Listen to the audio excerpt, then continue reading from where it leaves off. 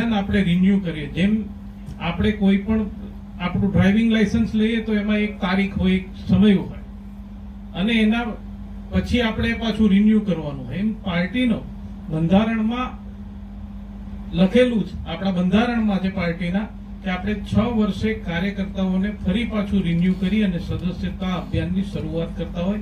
એના ભાગરૂપે આજે આપણે સૌ ભેગા થયા છે. બીજું એક કહું કે અહીંયા લિંક આવી છે અને લિંક દરેક વ્યક્તિએ 100 સભ્ય બનાવશે ત્યારે એ પ્રાથમિક સભ્ય બનશે. એટલે આપણે પ્રાથમિક સભ્ય બનવા માટે આપણે સદસ્ય તો બની જશું, પણ પ્રાથમિક સભ્ય બનાવવા માટે દરેક કાર્યકર્તાઓએ 100 સદસ્ય બનાવવા ખૂબ ફરજિયાત. મારી આપ સૌને વિનંતી છે કે આપણે વધારેમાં વધારે લોકોને પાર્ટી સાથે જોડી અને જુદા જુદા સમાજના, જુદા જુદા વર્ગના, જુદા જુદા ક્ષેત્રમાં કામ કરતા લોકોને વધારેમાં વધારે જોડીએ એવી વિનંતી સાથે વિરમું છું. ભારત માતા કી જય. જય જય ગરવી ગુજરાત. એમને એમનું સભ્યપદ ફરી પાછું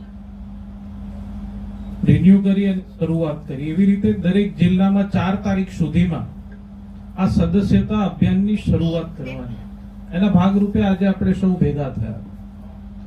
આપ સૌને મારી વિનંતી છે કે આપણે સૌ જેમ ભૂતકાળમાં 2 લોકોથી શરૂ થયેલી આ પાર્ટી અને આજે વિશ્વની સૌથી મોટામાં મોટી પાર્ટી બની હોય તો એમનું જો કોઈ કારણ હોય તો એ તમારા જેવા કાર્યકર્તાઓના કારણે આ વિશ્વની સૌથી મોટામાં મોટી પાર્ટી બની.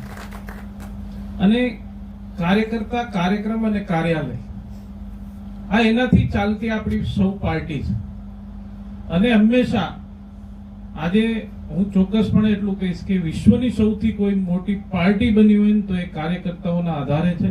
અને આ સદસ્યતા અભિયાન જે આપણે 2019માં શરૂ કર્યું હતું ત્યારે અને નક્કી કર્યું હતું કે આપણે દુનિયાની સૌથી મોટામાં મોટી પાર્ટી બનવું છે અને પડકાર હતો અને પડકારની સામે પરિશ્રમ કરી અને પરિણામ મેળવ્યું અને આપણે